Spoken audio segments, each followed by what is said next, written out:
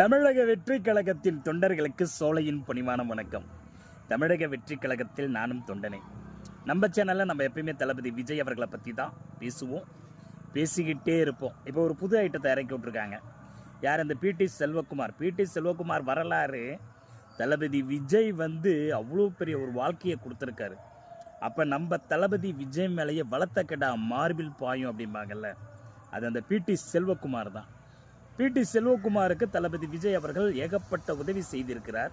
அந்த நன்றியை மறந்து 2021 தேர்தலில் மக்கள் நீதி கட்சி அதில் போய் சேர்ந்து ஏதோ ஒரு தொகுதியில் எம்எல்ஏவாக வாக்கு சேகரிச்சிருக்காங்க. அங்கே தோத்துட்டார். அதுக்கப்புறமா நம்ம தளபதி தமிழக வெற்றி கழகத்தில் இணைவதற்காக என்னென்னமோ முயற்சி பண்ணி பார்த்து நம்ம தளபதி விஜய் அவர்கள் மீது அவதூறு பரப்புகின்ற செயலை பண்ணி இப்போ நம்மளுக்கு ஆப்போசிட் டீமில் போய் சேர்ந்துட்டார்.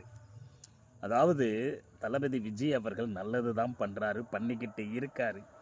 எவ்வளோ அவதூறு பரப்ப முடியுமோ பரப்புங்க, ஆனால் நாங்கள் தெளிவாக இருக்கோம். அப்புறம் சத்யராஜ் அவர்களுடைய மகள் திவ்யா சத்யராஜ், 10வது குறைக்கு அந்த அம்மா பேசுகிற பேச்சு இருக்கே, 2 வார்த்தை கூட கேட்க முடியல, அப்படி ஒரு ஸ்பீச். அப்புறம் இந்த சாட்டை துரைமுருகன், அவருக்கு வேலையே கிடையாது. அவருக்கு வேலையே என்ன அப்படின்னா, தமிழக வெற்றி கழகம் எங்கே மீட்டிங் போடுறாங்க, எங்கே மாநாடு போடுறாங்க, எங்கே மக்கள் சந்திப்பு நடக்குது, அதில் என்ன இருக்கோ.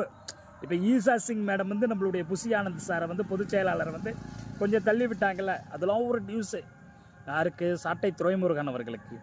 நீங்கள் என்ன வேணாலும் பண்ணுங்கள், எப்படி வேணாலும் பண்ணுங்கள். 2026 தமிழகத்தின் முதல்வர், தமிழக வெற்றி கழகத்தின் தலைவர் தளபதி விஜய் அவர்கள் தான். நாங்கள் இறங்கி வேலை செய்ய ஆரம்பிச்சிட்டோம்.